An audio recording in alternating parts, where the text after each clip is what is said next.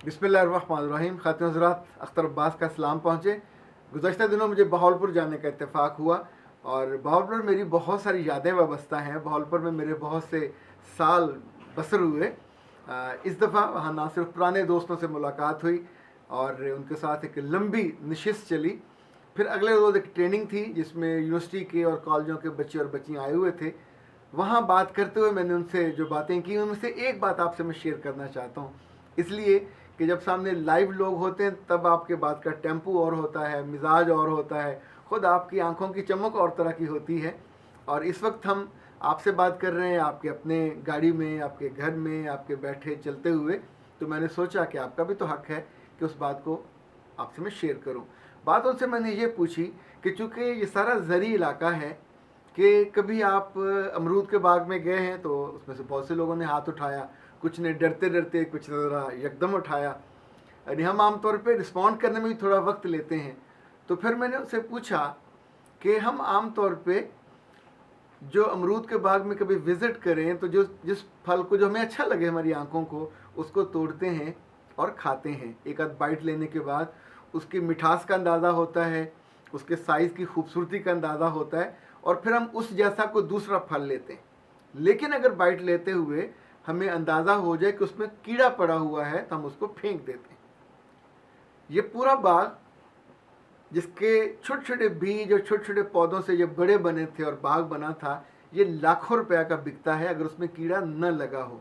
अगर उसके माली ने, अगर उसके मालिक ने, अगर उसके ठेकेदार ने वक्त पे वहाँ स्प्रे की हुई हो तो कोई लार्वा और कोई कीड़ा और कोई सुंडी वहाँ नहीं लगती और इस पूरे कीमती फल को ज़ाया होने से इंसान उस दुख में नहीं जाता कि जहाँ अभी कल आबिद कादरी साहब ने एक पोस्ट लगाई कि, और वो बड़े दुखी लेटे हुए हैं कि अमरूद के बागों के जितने ठेकेदार थे उन सबकी कमर टूट गई है इस धुंध की वजह से और सर्दी की वजह से कि फल नीचे गिर गया।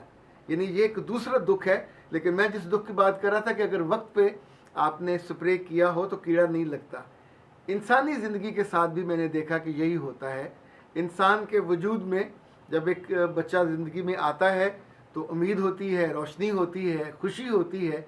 पर अगर उसकी परवरिश में कहीं कमी रह जाए, माँ ने कमी कर दी, बाप ने कमी कर दी, जिनके साथ वो उठता बैठता है वहाँ को उसने गलत बातें सीख लीं, तो उसकी ज़िंदगी में जगह जगह बीमारियों के कीड़े हैं जो हमलावर होते हैं। ये सुंडियाँ भी होती हैं जो उसके दिल में जाके लगती हैं, उसकी रूह को जाके लगती हैं और अच्छा खासा खूबसूरत बच्चा या बच्ची दिखने में अच्छा होता है, कपड़े अच्छे पहनता है, घर से कॉलेज और यूनिवर्सिटी जाने के लिए जाता है और वापसी पे जब आके बात करता है तो झूठ बोलता है।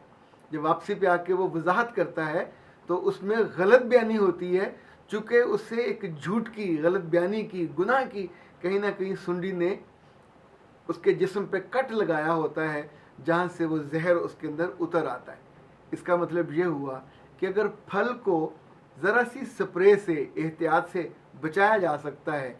अभी जहाँ जहाँ ये लोग सब्जियाँ बीजते हैं जो गैर मौसमी होती हैं और जिसको टनल फार्मिंग कहते हैं, तो वहाँ भी तो हम टेम्परेचर को मेंटेन करते हैं। वहाँ भी हम अपनी मर्ज़ी का फल लेते हैं, अपनी मर्ज़ी का सेहतमंद फल लेते हैं, ख्याल करते हैं, उसके ऊपर बैठते हैं। जैसे पहरा दिया जाता है, वक्त पे पानी दिया जाता है, वक्त पे खाद दी जाती है, वक्त पे स्प्रे की जाती है और सर्दियों का बहुत ख्याल रखा जाता है। इसी तौर पे जो पुराने लोग थे वो अपने बेटों का और बेटियों का बहुत ख्याल करते थे। अभी मैं थोड़ा, लोगों ने वक्त पे स्प्रे करना छोड़ दिया है, वक्त पे चीज़ें बतानी और उनको जिस रुख पे वो ढालना चाहते हैं, शायद कहीं अपने अंदर कन्फ्यूजन है जहाँ से ये मसला होता है।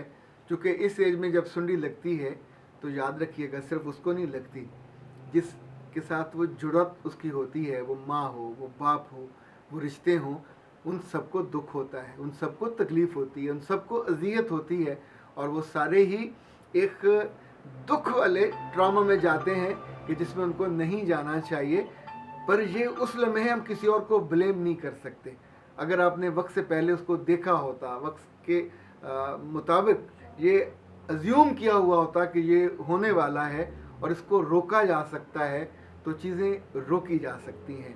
चीज़ों को और बीमारियों को इंसानों की नस्ल पे आने से रोका जा सकता है, उनके ख्यालात में आने से रोका जा सकता है, उनके अमल में आने से रोका जा सकता है। आप सोचिए कि अगर बच्चे में थोड़ी गुस्ताखी पैदा हो रही है तो आप उसका हल किसी किताब में नहीं होगा, उसका हल आपकी तवज्जो बढ़ाने में होगा। अगर किसी बच्चे की अपने बहन भाइयों के साथ मोहब्बत में कमी हो रही है, अगर आपके मियाँ की आपके घर में तवज्जो में कमी हो रही है, सिम्टम्स हैं हर चीज़ के, बीमारी के भी सिम्टम्स होते हैं, इंसानी ज़िंदगी के भी सिम्टम्स होते हैं।